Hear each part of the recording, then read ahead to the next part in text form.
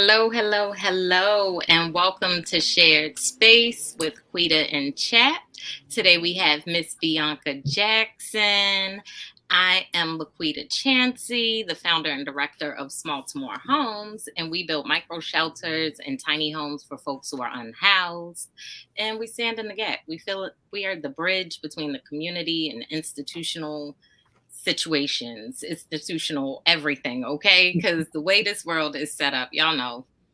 I say life be life in, but it's really the system that be doing some of the stuff. But we're gonna get into that later. Chapo, what have you been up to before we let Miss Bianca Jackson introduce herself? Man, I want to get into it because I need more information on the metaverse. But real quick, Chaplain David Lovelace. I'm full-time volunteer chaplain for Baltimore City Police Department. Well, for the city through the police department. Let me correct that.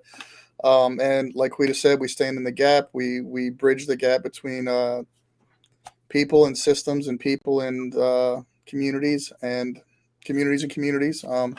Meet needs, whatever needs are out there that are presented to us. We've got a great tribe and a great network in Baltimore that there's nothing we can't handle. So if you guys are out there and you have a need, reach out to us and we'll take care of it. It's what we do.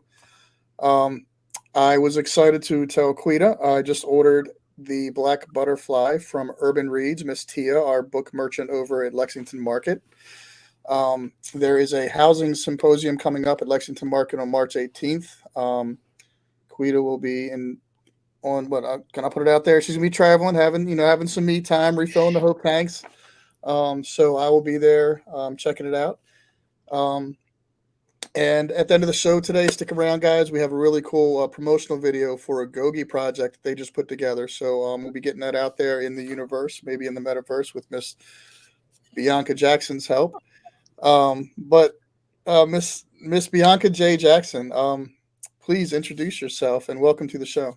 Yeah, no, thanks for having me. So let's see how to introduce myself. Hi there, my name is Bianca Jackson, and I'm new to Baltimore. I would say not so new, but kind of new, right? So it's been about 4 years, but it feels like it was yesterday because of the pandemic, right? So I'm originally from North Philadelphia, and my background has been tech my whole entire life. And so most people know my work now as being involved in the metaverse. So most people say they don't know what it is. They don't know if they're in it. You've been in it for a really long time. So through virtual reality, augmented reality. So if you use filters on your phone, like social media, you're in the metaverse. If you talk to Siri, Alexa, any of those things, natural language processors, you're in the metaverse. So, and if you have kids who play like Fortnite, Roblox, and they hitting you up for money, you in the metaverse. So there's just all these general examples to kind of like let people know that you've already been in it. You just may not have known All Wait right. a minute. So is it basically the metaverse is anything that's like artificial intelligence? Like No, not necessarily. programming?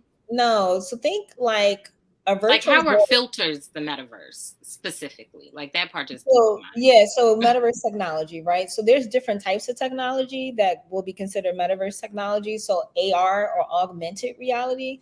So if you remember a long time ago, there was a game called like Pokemon Go where people were chasing Pokemons in the streets, getting hit, all types of stuff, right? So what it did was overlay the monsters and the creatures on regular streets, and you had to go find them in real life, right? right. So all augmented or AR is like you're putting technology on top of something that's real. Virtual Okay. reality is you're going into a virtual digital world to go interact as an avatar. And so video games are a big parallel to it, right? And so Right. most of us are familiar with playing video games as whatever character, as you can imagine.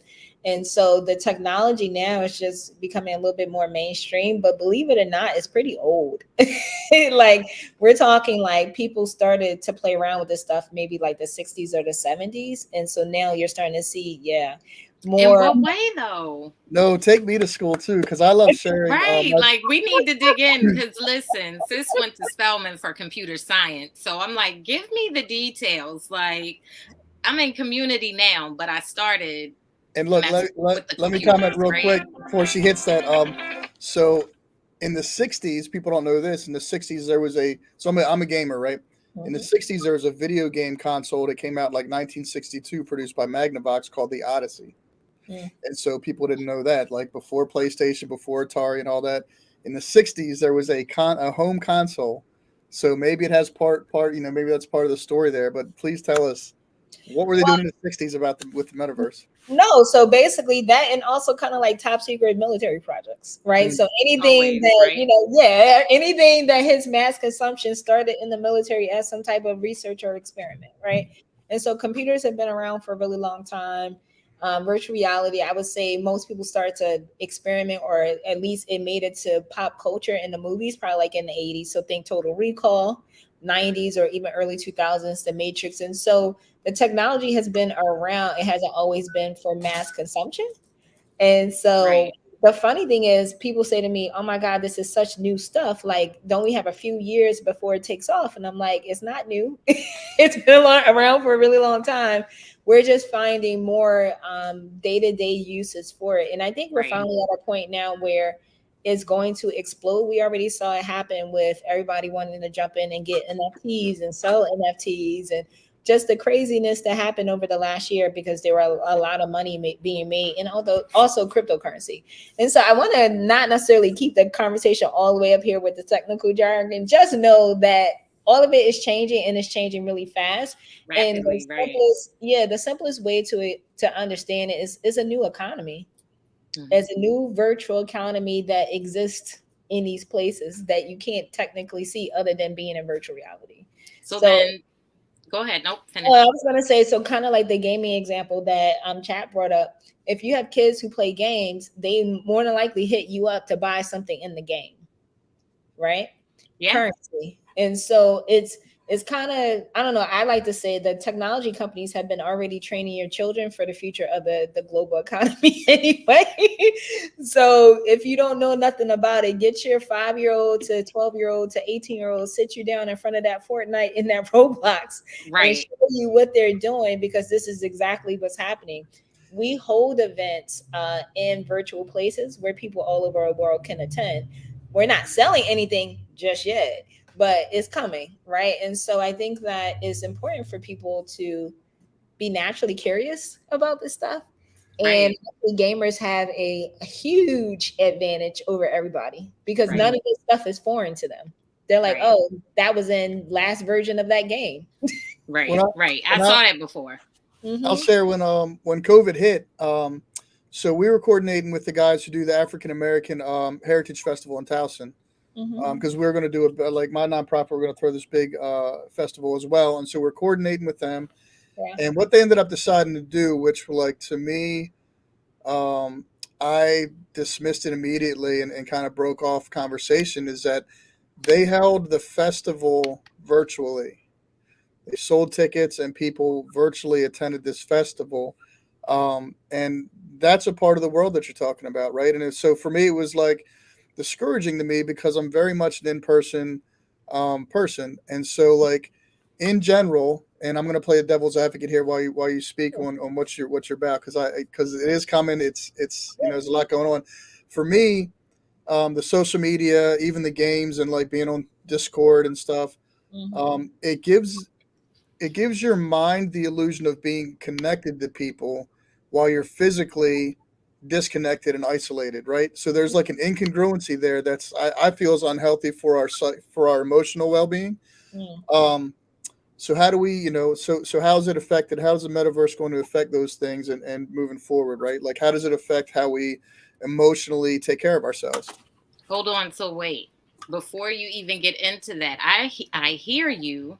Hmm. Yes, and right, we have to think of the people that learn differently. Folks that have neurodivergent brains. Like Hmm. some people are learning better because of this. Some people are socializing more because of this. So although it isn't what we've as humans have been doing in the past, like the technology exists now. So human touch, like find your community in your backyard and be healthy about what you're doing. I feel like everything in moderation, but we can't forget that this allows folks to be included that weren't included before. So it's another way to be inclusive.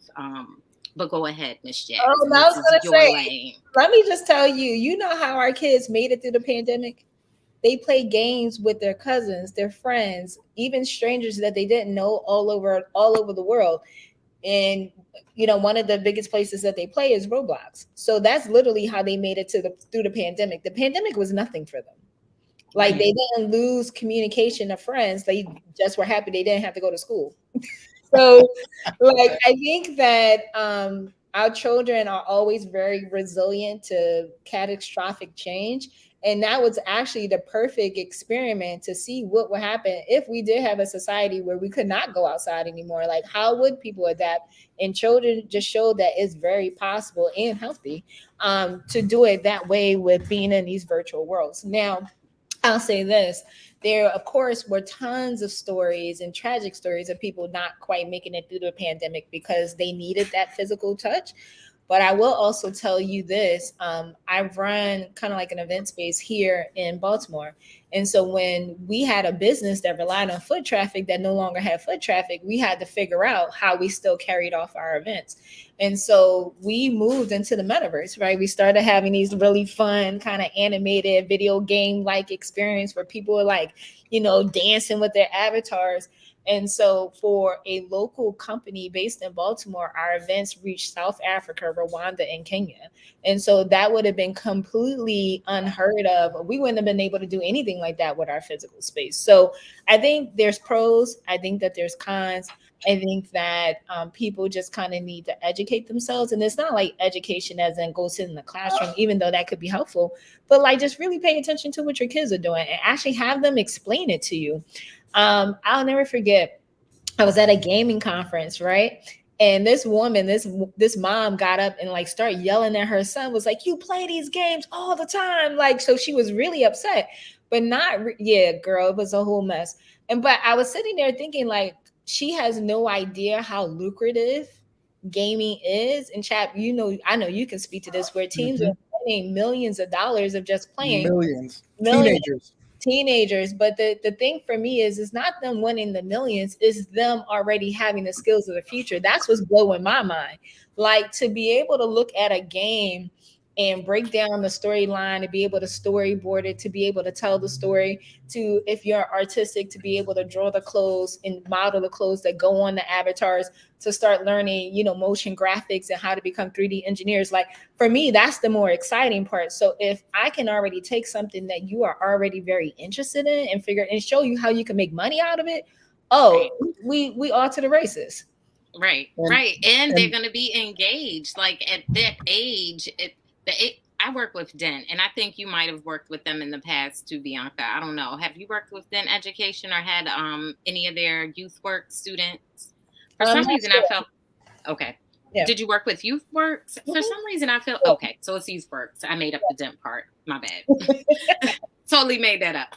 But working with them, like I'm working with them and working with Dent specifically, but recruiting some youth and getting them to talk is like sometimes pulling teeth. Like some of them Yes. will talk about anything all day, but it is a select few. And so to your point, like gamifying anything, being familiar with the games and being familiar with that universe of it all, it really does help to make the connection and to keep the energy going. Like they're going to show up because they want to be there. They're like, let's work on this avatar, let's build these things. So Chap, go ahead and say what you were going to say, but I have a question for Bianca. Oh, well, just back to the gaming thing. So I think gaming right now is the easiest way for people who are unfamiliar to familiarize themselves. It's easily accessible on all levels. Roblox is free, Fortnite's free, right? So like, if you have access to a computer, you can play those things for free and access. Um, I agree. Like when I grew up, like video games were a pariah. Video games were like, it was a sin. It was horrible. You're a horrible person. Like go outside and play. But we played video games anyway, and now you see Electronic Sports League. You see LCS with League of Legends. You see colleges offering esports scholarships as if you were a An athlete. Division 1 football player, right? Because they are athletes. Like I have a crew of kids in my house on the weekends who are at one point a couple years ago before COVID when Overwatch first dropped, we had a highly competitive team that would sit in my basement and we would destroy, like, we'd scrimmage with like pro LCS and esports teams, Mhm. and these kids from Baltimore would, like, pardon my language, they would crap on them, man. And it was just so much fun. And it was like because the kids you that don't look like athletes, but you put them in a certain context and they are, right. And so they're like you said. So to your point, although I do want to play the devil's advocate in some aspect here, but to your point, yes, it allows people who might not have access to that kind of confidence building or experience, now have access to that experience through gaming. So, and then on top of that, streaming, like I try to teach the kids, you don't have to be really great at a game, but if you just stream your content, stream you playing the game, your audience will find you. And then, when you're on YouTube, when you're on IG and stuff, I think YouTube paid partnership is like, if you get 1,000 subscribers and you get 4,000 hours of viewed content within 12 months, you qualify to get paid on YouTube, right? Yep. So you don't have to be the best or elite. You just have to have content and people that like watching you. Mhm. Right. Right. Yeah, so Bianca, I wanted to thank you for one pointing out those transferable skills, like those Mhm. skills that are already baked in what folks are already doing. I Yeah. feel like people don't recognize their gifts. So just laying it out on the line, like you play games. So whether you're good or bad, this, and this is true, right? Like that's how that works. So I love that you said that. But I want to know more about the metaverse and how you worked with it with the youth work students, because, like, how to tell us more. Because here are the things that I'm thinking about, right? I also work with a virtual school, and we have a digital citizen social club. And Nice. so some of the things Wow. that we have to discuss are like, we're going to debate, not argue. So, like, we're not going to keep repeating ourselves. We're not going to talk over one another. We're having a conversation. We're debating. We're not arguing. But it's like the social etiquette of it all. How do you make sure people aren't acting up? Mhm. Is there like a permissions, a privilege? Do you get a ticket? Like, give me the details of how these parties work, please. So I don't want to use the word party because I think that's restrictive, right? So there's all Okay. types, yeah, there's all types of events that happen. So one, like for example, last week or the week before, we did a tour of a concert venue that we built in the metaverse, right? And so the idea was to engage musicians, artists, uh, music, record labels, anyone adjacent to the music industry. We had DJs in there, we had hosts. And so the idea was to bring them inside of an environment where it's related to the work that they already do, right? And so as far as the behavior, most part people come in there pretty decent. Like we don't Okay. have anybody acting up because everyone's there for the most part and trying to figure out how this is going to further my business and how is this going to further my work. So they came to learn how to get the bag, right? So Right. they're going to come with, I'm trying to take as many notes as possible. I'm trying to really see what this thing is about. I hear everybody keep talking about it, but like, is there something here for me? And so we haven't had that problem, which is great. So in addition to like that environment that we built like a cigar lounge. So we're working with a client who's actually bringing the lounge to Baltimore and wanted to model out what it could look like. We're having conversations around like training hubs, training in general. What's some other stuff that we're working on? We built out some retail stores last year. Like it's really cool. So yeah, so So things, are you saying like we could build like a tiny home together? Like, is that yeah, the kind of thing absolutely. we could So do? basically anything that you can do in real life, you can do inside the metaverse. Like people can go get locks in the metaverse. Like it's just kind of crazy, right? And so our particular angle is definitely leading with events because we started off as an event space, but like, having that be what I call the carrot, like getting people in. When it comes to new technologies, you got to find the easiest thing for people to say yes to. And so Right. concerts, music, meeting artists, meeting other people, something entertainment or media focus is the way that we get people in. And once you get here and you start asking us questions like, can you build a tiny house? Absolutely. Let's take this offline. Right. But I think that kind of like for all the parents and anyone who works with children, let the carrot be for you, just you watching them play and asking them to explain it to you. That's it. I love Like, that's that. just I And I, all. love that.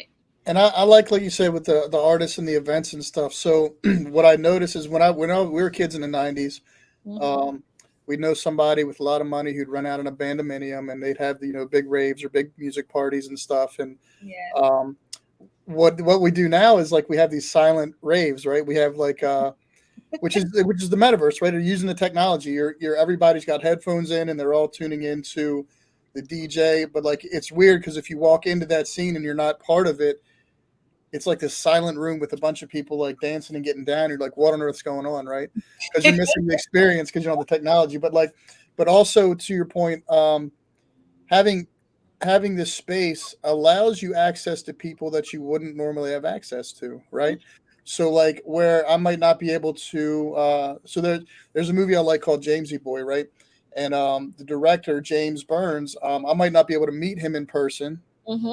but I'm able to like meet him in the metaverse and he can have time to remotely like we're doing now, right? Like you might not have time to come down to it like a studio like they do with Fox and all the networks. Come down to a studio and sit with me and Quida and do the show, but because of this digital space, we're all Hmm. able to meet and have this conversation. Right. I mean, I'm not sure who your favorite artist is, right? But let's just say, for instance, I don't know, Patti LaBelle decided she wanted to show up in the metaverse. How often do you get an opportunity to talk to Patti LaBelle directly? Right. And you know who does it a lot actually, if you're familiar with Mesa, she's on all the time. Mesa? Mesa. Look up Who's Tell Mesa. us She's from more. Baltimore. She sang with the group at the Italian group with Luther before he went solo.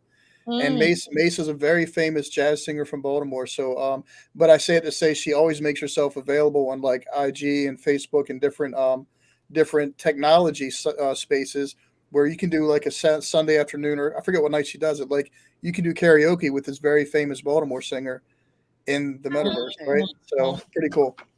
yeah, I just looked her up, so I'm gonna go find her on IG. Oh, she's a queen. She's a Or queen in he said, Northwest. "Come to the Yep, next event." Look, yep, yep. I love it. I'm like, look at Beyonce. Beyonce said, "I'm going to go to Google and Yes. find out exactly who I can invite to have a concert." Okay, because already I love that. That is well. Okay, so tiny homes are coming. Got it. Talks about youth work. Got it. So now, Brick Rose. So I think that the first time I met you was maybe when you first got here because I thought you were from here because you knew some of the people that I knew. Danielle Frisbee of Unboxing Change. I think you might have known Tierra from I Am Mentality. I felt like you just were knowing people that I was familiar with. And I said, well, dang. I mean, sometimes it happens like that. Like you just happen to be at the right event and then you meet everybody, or at least, you go from one person to the next person. So, but yeah, no, but let me tell y'all something. Baltimore people are tough. Like when I got here, people are like, what high school you went to? I'm Yep, like, what? yep.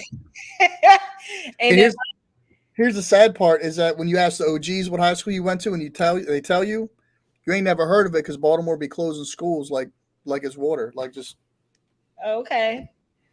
Yeah, so. well, let me just tell you the two schools were Poly and City. They ain't want to hear nothing else.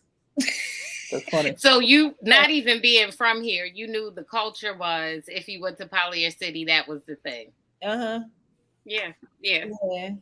Yeah. And so the funny thing for me is that I was raised in Baltimore County Uh-huh. and Poly North City.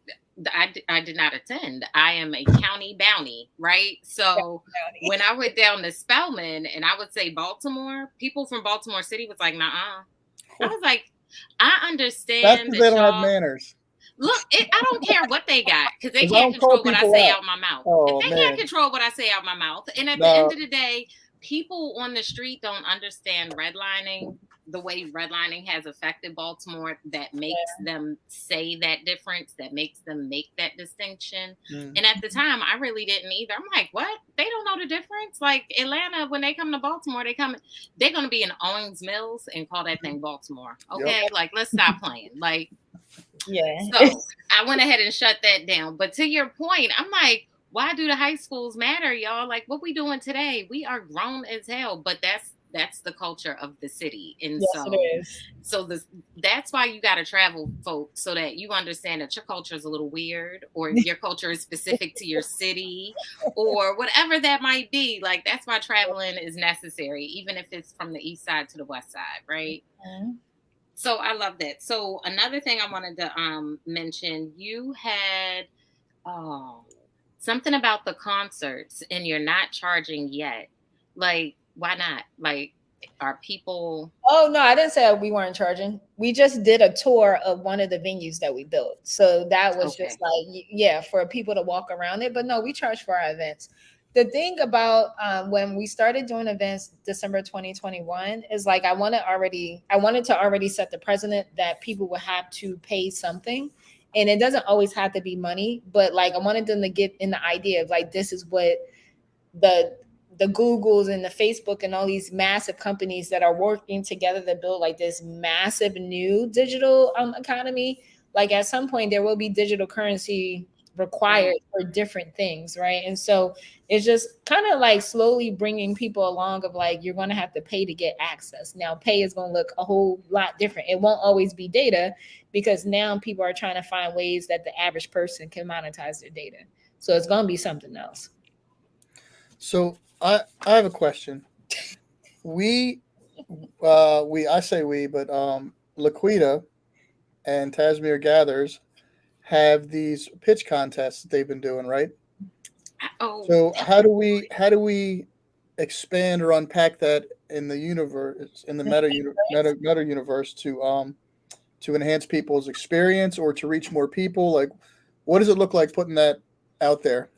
first of all, it's called metaverse, Okay, not meta universe. Okay. thank you. All right.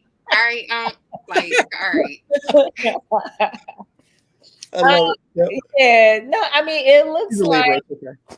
yeah, it looks like being in a virtual space where people show up with their avatars and giving their pitches, right? And so that could be as simple or as elaborate as you want it to be.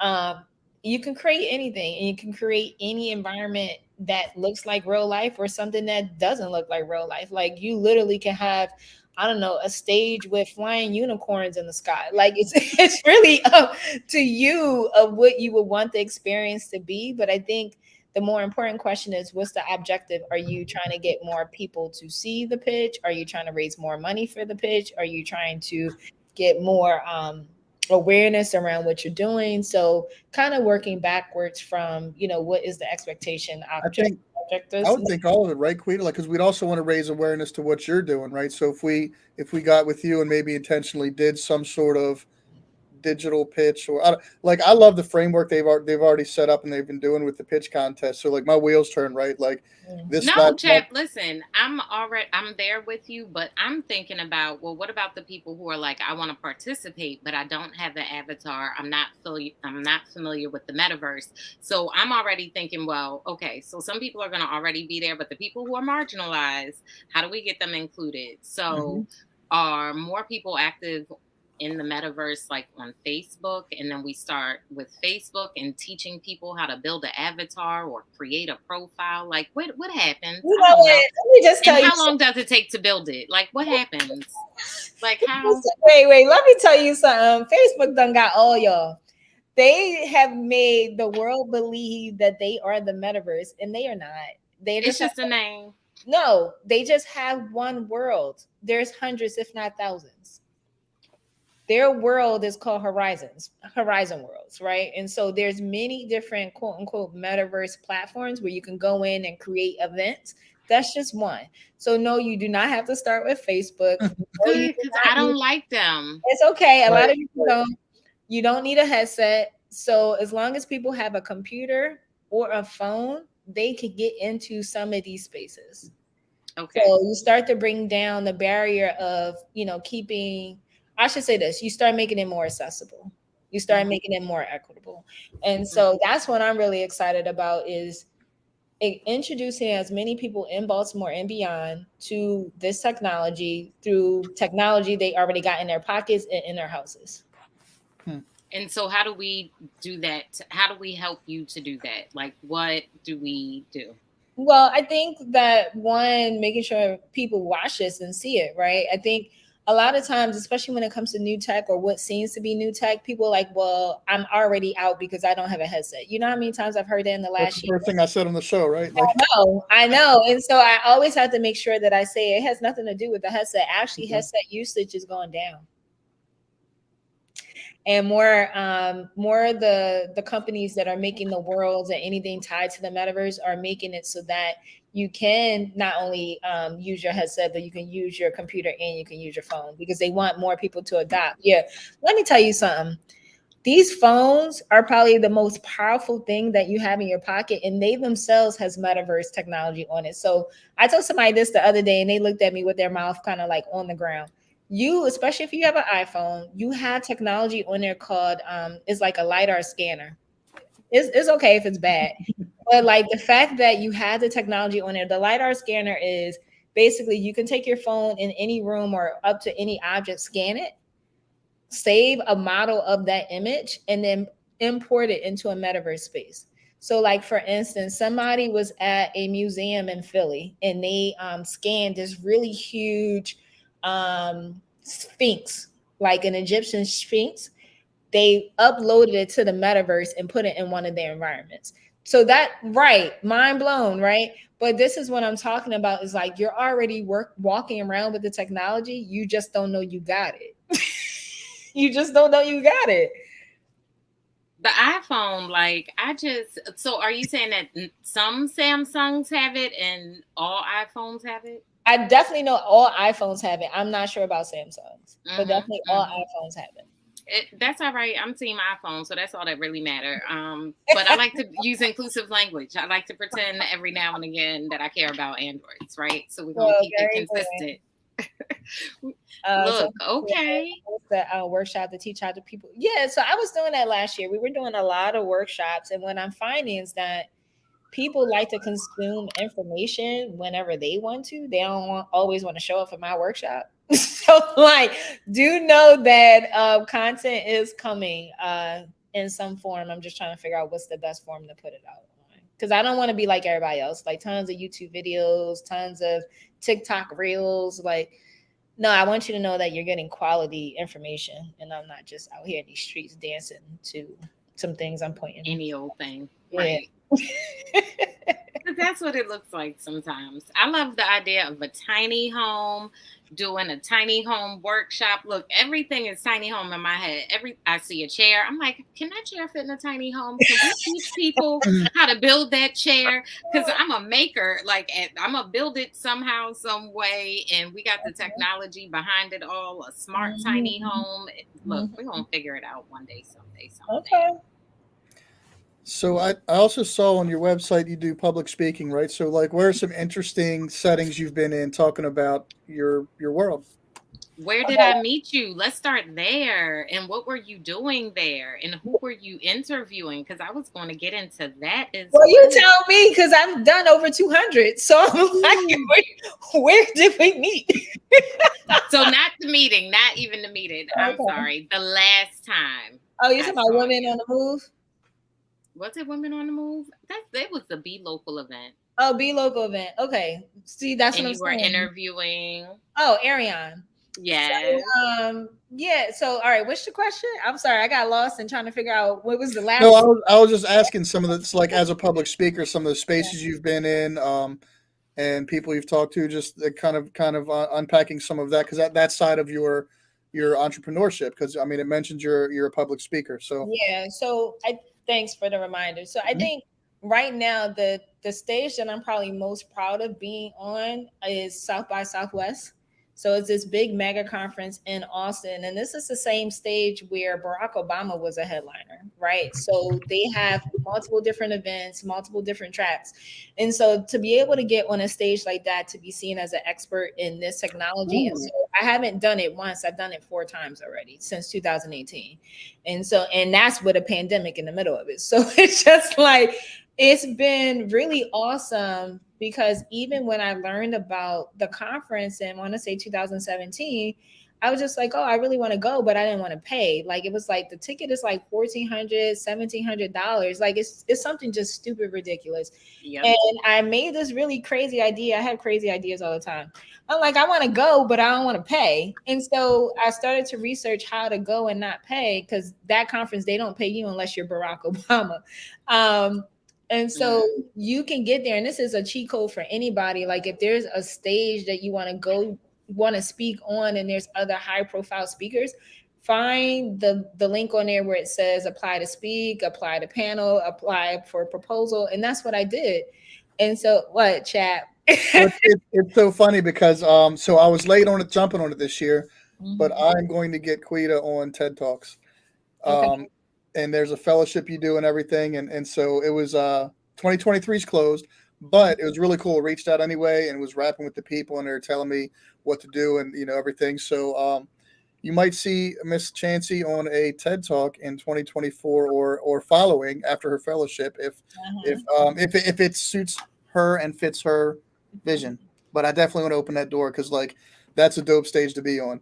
And I'm looking at your South by Southwest, and I'm looking at it like I'm gonna get on that stage because they do a film portion as well, and I'm just now stepping into the film industry, so hopefully y'all see me on there too. Well, what are you doing in the film industry? Because Well, I currently I am an actor. I just signed my first speaking role, um, and then we're gonna take it from there and keep rolling with it. But it's been a side hustle for a while. I've done everything from like security and catering to background acting. Just trying to keep my foot in the door and keep the door open until something happened. And finally, this year, something happened. So I have a fly out to LA, do a speaking role on a spinoff from Moesha called Kim and Nisi. One episode, but like it's that's the start, right? And so, but I'm a huge film fan. We're actually going to start. I didn't tell Quita this, but Jerome, the guy who's been commenting on the gamer stuff, he wants a tiny home for gamers. We're going to start doing a first Sunday film show on BlackUSA.News on Sunday evenings. So like I'm all about it, just starting to build momentum and 45 years film has defined my life, helped me express myself, relate to my world. And now it's my profession. So like I love everything about it. Cool. So So what ideas did that give you? Are you like, we're about to put on a play? We're about to make a show. What you thinking? What we doing? What we doing? I could do something backstage. Yeah, no, we could definitely talk backstage. So one of the things that we're doing is working with what I'm calling like kind of event vertical partners. And so we start identifying different verticals that we wanted to work within. So we already have a music partner. We already have a fashion partner. Film was one of the ones that I wrote down. So that's why I was like, let's check. Yeah. And so there's a couple of other ones that I'm thinking, but I haven't made a definitive decision just yet. So yeah, we'll connect you with the underground, the queen of the underground film industry in Baltimore is Teresa Davis. I'll get you on her IG if you don't know her. Yes, she rules these streets. She's got murals all over the city for a project she's been filming for like 2 years and ain't even dropped yet because she's still running with it. And then Theo Washington is a casting director from Baltimore that put like probably over 1,000 people on with the HBO We Own the City. What's the one lady? Baltimore's actually low key has a ton of film network in like I'm like literally I'm one phone call away from anybody in Hollywood if you have relational equity in Baltimore. That said, and then like the film industry is coming to Baltimore, right? So stick around. You said you've been here 4 years. I don't put on the air too much, but Amazon Studios is buying up properties, are vacants. They're turning into soundstage. Like they've been anchored here. Think about it. They've been anchored over East now for since 2005 ish, about 20 years. So now Amazon Studios are starting to buy up properties. The film industry has you've noticed if you've been in Baltimore, you've noticed a lot more filming happening because it's coming, right? So like the gentrification, the LA, what they did in LA, what happened in New York, it's going to happen in Baltimore. And so part of what I do, it just, like I said, keep my foot in the door and keeping it open is because when the industry drops and really starts making some heavy changes, the people that we serve, that me and Quida and our tribe serve, instead of being displaced, they'll have access to the industry, to the jobs, and to the money. And so that's right. It's really important for me to be successful at and work hard at building a professional relationship in the film industry now, so that when it comes down the pipe, you can just, Quida, whoever can just go say, oh yeah, I'm with Chap, and like that brand, that name will have, um, a quality to it that people already know about. Okay. So yeah, just building up the network, man. It's, do it for the culture.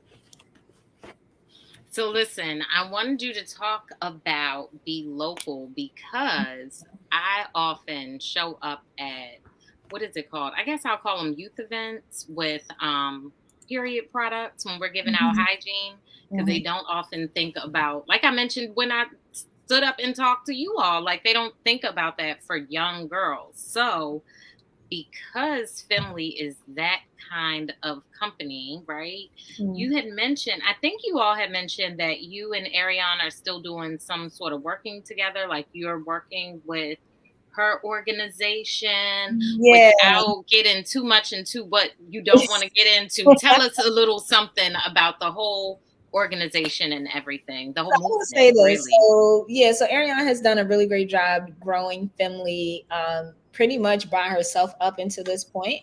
And so I started working with her last year as an innovation consultant. So really looking at it from the future and emerging technology and what else could happen and what else she can do. And so we've been having some really great conversations. So recently she was named Tech Company of Baltimore by Technically. What do you mean, tech company? We're talking about hygiene products. Tell us more, Miss Jackson. So she did this all without me, right? I just was on the tail end before it became public information. So she developed, designed a patent pending contactless feminine hygiene dispenser. Like, so if you know anything about the old school dispensers, you got to put a quarter in, you got to turn a knob, and then this really hard cardboard stuff comes out. Well, she made her dispenser sexy. It looks like an iPad or iPod or something like that, like Tesla looking design. And so she's using AI in it, which is amazing, right? Most people, when they think about, let's just say, a company like a feminine hygiene product company, they may not even think about like, how can I bring this into the future? And so, because she's a germaphobe, that's what she created, right? Like she didn't want something she had to touch, and no one carries quarters anymore. So she came up with that. We had a chat about it, and she's like, I think I'm gonna drop this video. And I was like, all right, there's nothing going on. So she dropped it. What was it? December 2021, and it went viral in a couple of days. And so shout out to her, right? I think that this is where people's minds need to be open with all of this technology, right? Because she was on AI before everybody else was on AI this year, right? And so Right. there's other conversations we need to have about what's next. But like, I just want to challenge anybody who's watching this. Is like, you're not too late with the metaverse, but you need to get on it this year. Right. Right. Like, you Right. really need to get on it this year, because every opportunity that you think you may have, if you wait 2 to 3 years, somebody else is going to snatch it up because they're going to do it. So, Right. yeah, if you have a crazy idea and you don't know how you're going to do, just at least get started. And Well, I'm sorry. I'm a germaphobe too. So when I saw that thing Uh-huh. and it was like sexy and technology, and I was just like, oh my God, who did this? So, I know you have a question, chat, but so one of the things that I mentioned is that, I have a background in computer science too. So I understand that there's disparities in data. Mhm. So with those hand machines, like we have to use like the palm of our hand because sometimes the dark side of our hand isn't even picked up in those kinds of things. Are Mhm. those things that Ariane had to even think about, or because we're so used to going like this and then doing the lighter side of our hand, you know what I mean? We're like, Mhm. it's just like habitual at this point. Yeah, so I would say for years there's already been research that pointed out the bias of the sensors using the technology, right? And so this isn't new. She just knew of it. And so when she was designing it, she was just like, we got to make sure we use better sensors so that doesn't Okay. happen to people with darker skin. So Right. That we're not using the cheap technology that doesn't account for this stuff that we've recognized is not being okay. So lovely, lovely. yeah, What were no, you and gonna that's add? one more thing I wanted to add about that. There, and if anyone feels inclined to do this, a lot of Black researchers tried to reach out to the Facebooks and the Googles and anyone else who makes technology like this, and the researchers kind of pointed out like how the technology was racist in a sense, and I think only one major company actually met with the researcher. Yeah. Like they just Yes. didn't hear what They she don't had to say. care. Right. Yeah. Nobody cares. Like, and that's why I'm asking. Like, not that if it wasn't addressed, she didn't care, but Mhm. maybe the technology was too expensive because not enough people want it. Like, it could have been a whole lot of things, but it was a thought that at least she thought about it, right? Yeah, no, definitely thought about it. But I think as a Black woman putting out a technology product, you have to, because you can't put out a technology product that most of your own customers can use. Like that would That just you, be silly. you cannot, right? Yeah, you You cannot. can't not. You would think so. You would think so, but Yeah, but I think it's a conversation about luxury, right? When you are in a different group where you don't have to think about everybody, you can afford not to, right? Until somebody call you on it, and then it's like, oh crap, we got to do something. It's like, but you could have did the right thing from the beginning. from the beginning. Yeah, but just bringing this point all around, like forget them. All all our It's people every day. watching right Every now, day. all these people watching right now, the parents, the school administrators, like really get your kids into this. Like get them excited about playing video games. Have them explain it to you. Have them so excited that they start building stuff, and then they kind of pull you in to show you. Like I want, thanks. I really want really excited children like that. Like I'm not worried about what these corporations are doing because they're going to keep doing what they're doing. But if we train our children to embrace not only being consumers of the technologies, but being the creators, we will put ourselves on a whole different trajectory. We got to be Yes. creators. We have to be. It's the creators for me. It's the creators and the growers for me. We are growing gardens and planting seeds, y'all. You hear these gems dropping from Miss Bianca Jackson? Listen, are y'all listening to Miss Jackson? I'm just saying. I am just saying. So, is there any event that you have coming up that folks can support or tap into? Is there a way that we can support you this Women's History Month? Yeah, I would say the only thing right now is maybe connecting with me on LinkedIn, because that's where I'll start posting stuff. Probably like next quarter. I'm still in like heavy laser focus mode, crossing the T's, dotting the I's before I'm out there like, hey everybody, this is what I'm doing. Yeah. Yeah, we gotta tighten up the bow, because what's already happening in the rooms that I'm getting into, my personal goal is to have a stamp on everything related to the metaverse and anything emerging technology, especially in Baltimore. So you'll start seeing my name or the name of my business a lot of different places. And so that's the first step. I love it. Become I one love with it. Baltimore. Yes, yes. I mean, you're already one with Baltimore. I told you when I met you, I was like, how she know all these people and why have I never heard of this place? What are we talking about? Like, how am I the only person that don't know? Went to follow you on Instagram. Everybody was already following you. I said, what? We got how many of the same? What? So it's a lot. It's a lot. Go for ahead. my kids, Yes. is there an intentional, like I know you're giving good advice on just getting them plugged in and giving them exposure to it, right? But have you created yet an intentional like curriculum to introduce the kids to this process? Because we are in spaces, we're in schools, we're in gyms, we're in rec centers. And so for me, I would say to you, is there a curriculum you can put together that we can make you a vendor in these spaces and get paid to share this information with the kids? Let's talk offline. Okay. And how do people so how would people connect with you? You said LinkedIn. Yeah, LinkedIn is probably the best place, because I just feel like if you follow me on anywhere else, you're gonna see social stuff, but I post business and more like metaverse related stuff on LinkedIn. Okay. Right. Okay. And there's her LinkedIn, y'all. Yep. Right. On the beach is Instagram. In the metaverse is LinkedIn. Yes. I got you. Okay. We keep them separate. The That's church and state are separate, y'all. And I understand that. Okay. Yeah. So it's funny, like if you ever had like decent followings, right? So I don't know what decent could be for anybody, but to the point where people are rolling up on you and they're telling you what you had for breakfast, what your dog looked like. I was like, oh, I need to separate this stuff. It's too much. Like I don't. That's how they knew you, because you was posting your whole life. You was giving us all the content and I all the was, data. and I just had to pull back. I was like, all right, this is gonna go over here, that's gonna go over there. Yeah.